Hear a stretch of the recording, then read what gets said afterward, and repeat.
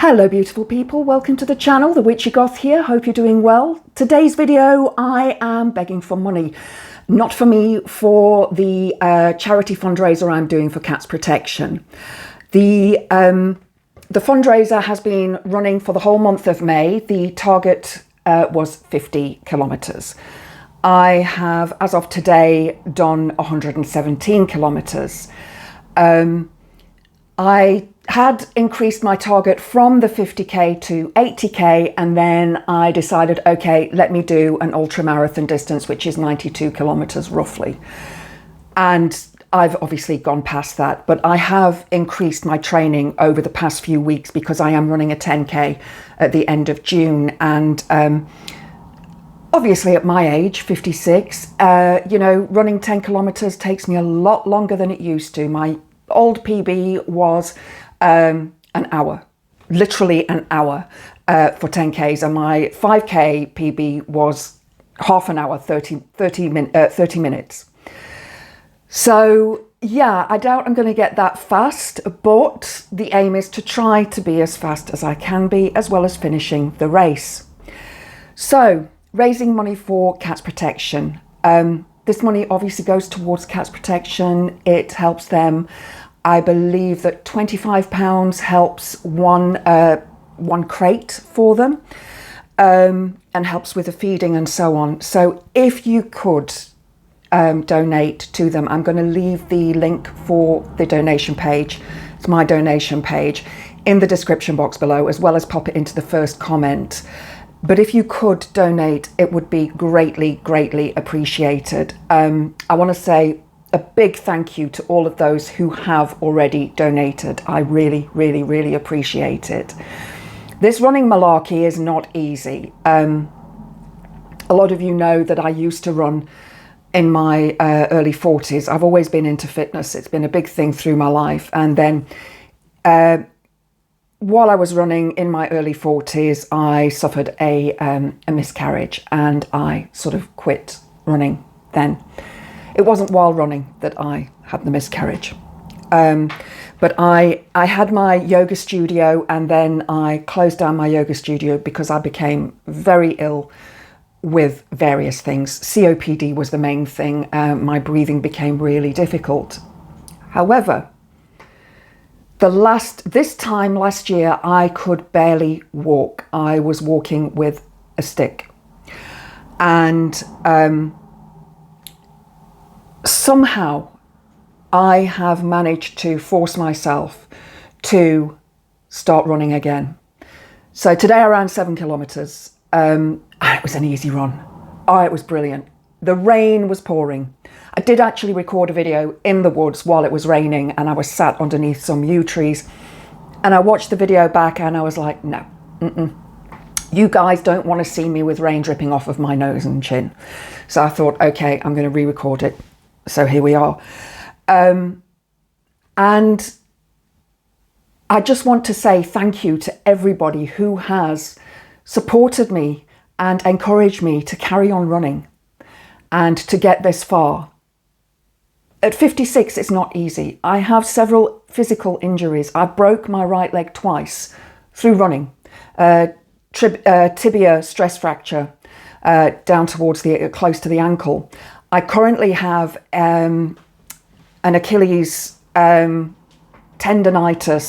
It's actually the tendon above the Achilles that's the problem, and the sheath around them is too tight. So there's quite a big lump on that side of my foot. It's my right foot, but I still run with it. The only cure for it is to have an operation, and there's no guarantee that that will work, and how long will it put me out of action. So I just use my ibuprofen gel and take a couple of painkillers before I go.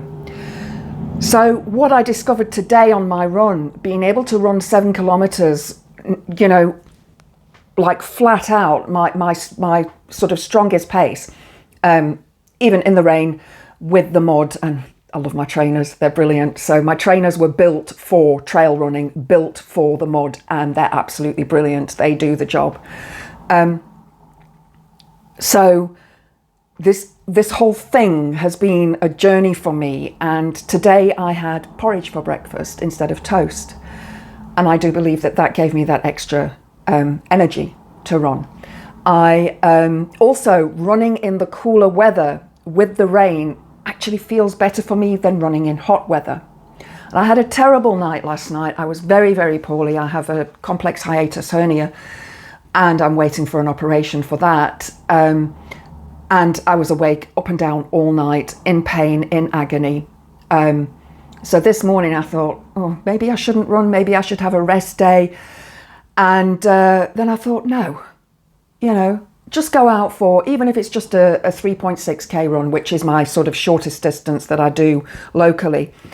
And while I was there, I thought, okay, this feels good. Let me carry on. And I did. And some days I run while I feel good and I run as far as I can. Other days I have a specific goal. But my training watch also broke yesterday. So I have ordered a new one, which arrived this morning, but I've got to set that up. So I was relying on my Strava app, which is not always 100% accurate, but then neither was the old watch. So yeah, 117 kilometers so far. Hopefully I should finish. Tomorrow will be my last run. So if I do a 5, it'll be 122 kilometers that I finish on. Not as many as I'd hoped, but I had to have a few days off because I went to visit my mum. So as I say, next month I am doing a 10k run on the 29th of June. That is for cancer research. And I will be opening up the charity donation page for that on the 1st. And I will be running for my dad. He passed away a few years ago now with liver cancer. And he was given a new treatment at the time. Unfortunately, it didn't work. But I miss him every day.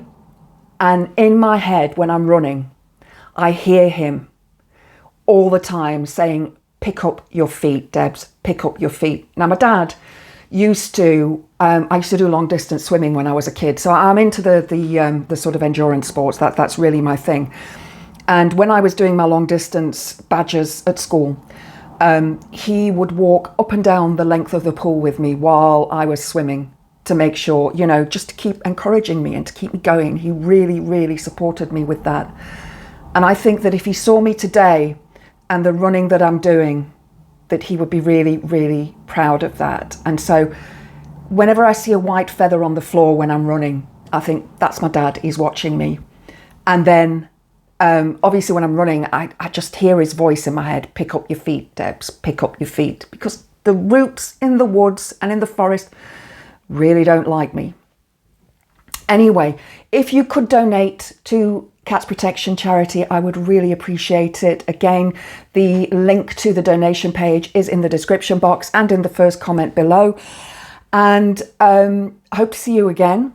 I will hopefully be doing a live on Sunday afternoon at some stage, probably early evening. I would guess around 5 o'clock, 6 o'clock. So I can't guarantee the time. It depends how busy I get. Got a lot of stuff going on. And yeah, the month of June is chaotic, but July is pretty chilled. So I'm hoping that I'll be able to do my trans series where I'll be interviewing trans women who have gone through the transition. Or even if you want to, be interviewed, it will be a series that I will be doing. And so it will be asking them what they've gone through, how they knew that they were trans, how they went through that transition, what they're finding is happening now with all of this horrendous transphobia that is occurring, and so on. So it'll be an interview about their journey and from different trans women. Also, there is a petition for cisgendered women to sign that is supporting trans women. So I'm going to leave a link to that petition in the description box below as well. So please, please, please go and sign that. It costs you nothing. But it is only for cisgendered women. I believe that there is one being created for cisgendered men. And this is basically a nod in my name. So we support trans women because trans women are women. Anyway, if you could support me with Cats Protection, I want to say thank you to all my new subs. all the people who've dropped comments on my lives. I really, really appreciate it. Love you all. Hope to see you soon. Blessed be.